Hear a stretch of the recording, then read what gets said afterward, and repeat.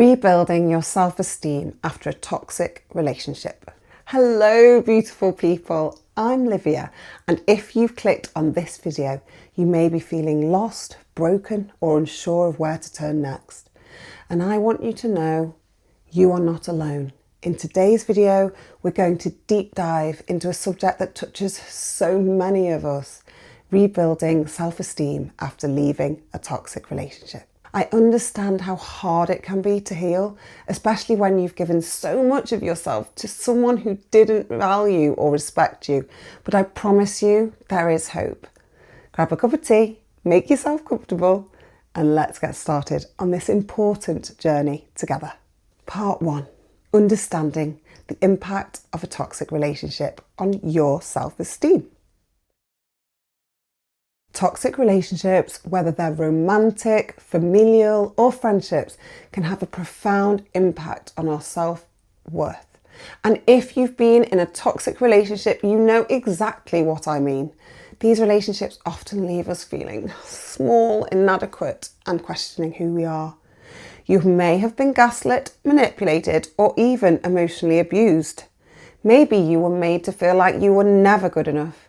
Or perhaps you gave so much of yourself that you started to lose who you truly were.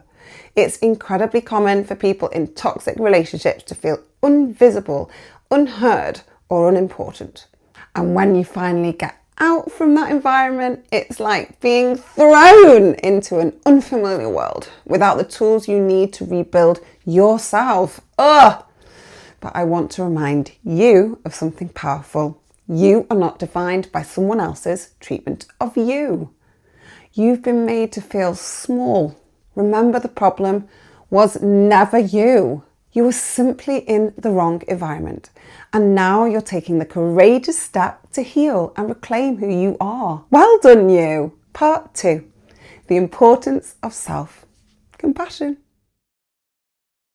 One of the most important first steps in rebuilding your self-esteem after a toxic relationship is learning to practice self-compassion. After all, the critical voices that once belonged to your partner may still echo in your mind, and this can be for a long time afterwards. I should know, sadly. You may find yourself believing lies like, "I'm not good enough," or "I'll never be worthy of love." But here's the truth. Those thoughts are not your truth. No, they're not. They are the remnants of someone else's negativity. And you are worthy of love, respect, and kindness. And that kindness has to start with you. They are the remnants of someone else's negativity. You are worthy of love, respect, and kindness. And that kindness has to start with you. So how do we practice self-compassion? Start by forgiving yourself. I know it sounds easier said than done, but you are not to blame for being in that toxic relationship. You may have stayed longer than you should have, but that doesn't mean you failed. I still get emails from one of my ex-partners saying, "I failed at this, I failed at that," long since my relationship has ended. But I sit comfortably in myself now and can simply ignore the tone of them. I simply know I haven't failed at all. It simply means you were doing the best you could with the knowledge and emotional tools you had at the time. Or even now in some cases, if you still are attached by children, you were surviving and now you're healing. Each day, take a moment to remind yourself of your worth. Look in the mirror and speak kindly to yourself. Tell yourself, "I am worthy of love. I am enough. I deserve happiness." Over time, these affirmations will slowly overwrite the toxic messages you internalized. Part 3. Letting go of the past and rebuilding your self-worth. Rebuilding your self-esteem is not an overnight process. It requires you to confront the past, acknowledge the pain, and then let it go. I know letting go sounds incredibly difficult, especially if you're still getting over the time, energy, and love you invested in a relationship that didn't serve you. But here's something I need you to understand.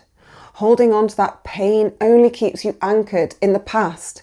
The more you carry that weight, the harder it becomes to step into the future you deserve. And that future, filled with self-love, confidence, and healthy relationships, is waiting for you. So let's break down how to start letting go. Acknowledge the pain. It's okay to grieve the loss of the relationship, almost like someone has died. Someone told me earlier on that it is most harder to grieve a relationship ending as the person is still alive. I feel that's actually very true. It's okay to be angry, sad, frustrated. Don't suppress those feelings. Let them come up and then allow yourself to release them. Recognize the lessons. What did you learn from that toxic relationship? I use neuro-linguistic programming, NLP, to get to the root cause with my clients. Sometimes the greatest growth comes from our darkest moments. Reflect on what you learned about yourself, your strengths, your boundaries, and your desires. These lessons are part of your healing. Release the blame. Please, please do this one. If you've been blaming yourself for staying too long, for not seeing the red flags, or for allowing the relationship to take a toll on your self-worth, it's time to stop. You were doing your best, and now it's time to give yourself permission to move forward without guilt. Part 4, practicing self-care and creating a positive environment.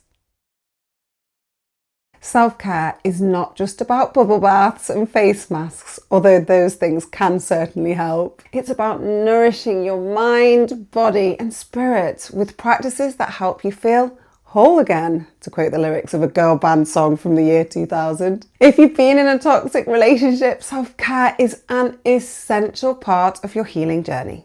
You need to create a space where you can breathe, reconnect with yourself, and restore your inner peace. Here are a few self-care practices to help you build your self-esteem. Journaling. Write about your feelings, your struggles, and your victories. Journaling can be incredibly healing because it allows you to express emotions that might be difficult to speak aloud. Over time, it will also help you to see the progress you're making. I promise. Set boundaries. If you're still in contact with people who remind you of your past toxicity, it's time to create healthy boundaries. Your energy is precious and you must protect it. Say no when you need to, and surround yourself with people who uplift and support you. Do activities that make you feel good and happy, whether it's hiking, painting, reading, or cooking. Do things that bring you joy. The more you invest in activities that nourish your soul, the more you'll rediscover your worth. Amen to that. Part 5, the road to empowerment. Healing is a journey.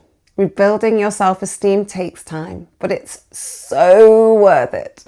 As you learn to love and respect yourself, you'll notice something incredible happening. You'll start to attract healthy relationships into your life. Not just romantic relationships, but friendships, family, and most importantly, the relationship you have with yourself.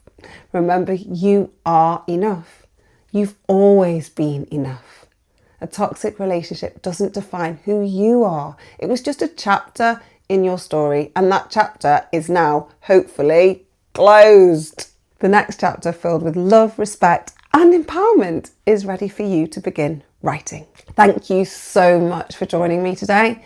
If you're on this journey of rebuilding your self-esteem, I want you to know that I believe in you. You are worthy of all the love and happiness life has to offer. Take it one day at a time.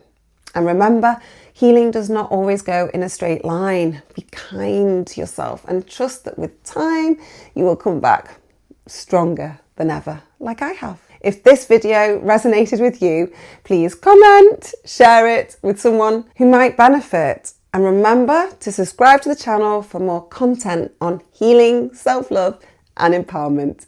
If you prefer to have a one-to-one call with me, please reach out. You are not alone on this journey, and I'm here with you every step of the way. Until next time, stay strong and remember, you are enough.